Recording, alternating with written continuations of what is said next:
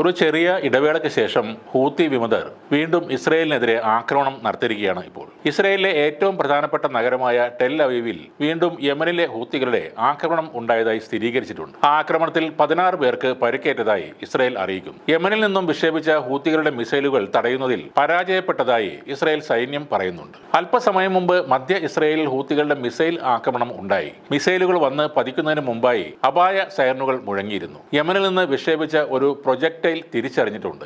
തടയാനുള്ള ശ്രമങ്ങൾ പരാജയപ്പെട്ടു. ഇതാണ് ഇസ്രയേലി സൈന്യത്തിന്റെ ടെലിഗ്രാം കുറിപ്പിൽ പറയുന്നത്. ടെല്ലവീവിന് കിഴക്കുള്ള ബനേബ്രാക്കിലാണ് പ്രൊജക്ടൈൽ പതിച്ചതെന്ന് വിവിധ ഇസ്രായേൽ മാധ്യമങ്ങളും റിപ്പോർട്ട് ചെയ്തിരുന്നു. ദിവസങ്ങൾക്ക് മുമ്പ് ഇസ്രായേലിനെതിരായ ആക്രമണം വീണ്ടും ആരംഭിക്കുമെന്ന് യമനിലെ ഹൂത്തികൾ അറിയിക്കുകയും ചെയ്തിരുന്നു. ഗാസയിലെ ആക്രമണം പൂർണ്ണമായി അവസാനിപ്പിക്കുകയും ഉപരോധം പിൻവലിക്കുകയും ചെയ്യുന്നതുവരെ ഇത്തരം ആക്രമണങ്ങൾ തങ്ങൾ തുടരും എന്ന് തന്നെയാണ് ഹൂത്തികൾ അറിയിച്ചത്. അതേസമയം ടെല്ലവീവ് മേഖലയിലെ മിസൈൽ ആക്രമണം വിജയിച്ചത് ഇസ്രായേൽ സൈന്യത്തിന്റെ $1 ബില്യൺ വ്യോമ പ്രതിരോധ സംവിധാനത്തിന്റെ പരിമിതികളാണ് വ്യക്തമാക്കുന്നതെന്ന് ഹൂത്തി ഉദ്യോഗസ്ഥനെ ഉദ്ധരിച്ച് അൽ ജസീറ ചാനലും റിപ്പോർട്ട് ചെയ്തു. ഏറെ കൊട്ടിഘോഷിക്കപ്പെടുന്ന ഇസ്രായേലിന്റെ മിസൈൽ പ്രതിരോധ സംവിധാനം കേവലം ഒരു സായുധ സംഘടനയായ ഹൂത്തികളുടെ മുന്നിൽ പോലും പരാജയപ്പെടുകയാണ്. ഇത് ഇസ്രായേലിന് ഉണ്ടാക്കുന്ന നാണക്കേട് കുറച്ചൊന്നുമല്ല എന്നാണ് റിപ്പോർട്ടിൽ പറയുന്നത്. ഈ മാസം 9-ന് മധ്യ ഇസ്രായേൽ നഗരം യാവിനിലെ ഒരു റെസിഡൻഷ്യൽ കെട്ടിടത്തിന് നേരെയും ഹൂത്തികൾ ഡ്രോൺ ആക്രമണം നടത്തിയിരുന്നു. എന്നാൽ ആളപായമൊന്നും റിപ്പോർട്ട് ചെയ്തിരുന്നില്ല. ടെലവീവിൽ കഴിഞ്ഞ ജൂലൈയിൽ ഹൂത്തികൾ നടത്തിയ ഡ്രോൺ ആക്രമണത്തിൽ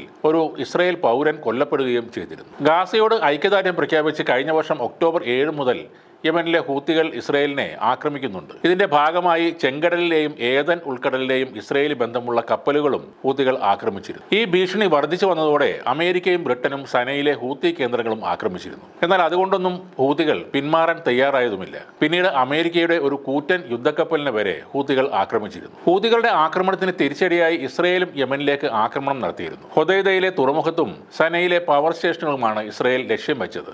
ഈ ആക്രമണങ്ങൾക്കിടെ 9 പേർ കൊല്ലപ്പെടുകയും ചെയ്തിരുന്നു. തലസ്ഥാനമായ സനയിലെ 2 പവർ സ്റ്റേഷനുകളിലും ഹൊദൈദയിലെ എണ്ണ കേന്ദ്രത്തിലും അസ്സാലിഫ്, റാസ് ഇസ തുറമുഖങ്ങളിലും പുലർച്ചെ ഇസ്രായേലി യുദ്ധവിമാനങ്ങൾ ബോംബിട്ടിരുന്നു. യമനിൽ നിന്ന് രാജ്യത്തെ ലക്ഷ്യമാക്കി എത്തിയ ഒരു മിസൈലിനെ വെടിവെച്ചിട്ടതായി ഇസ്രായേൽ സൈന്യം അറിയിച്ചതിന് പിന്നാലെയായിരുന്നു ഈ ആക്രമണം ഉണ്ടായത്.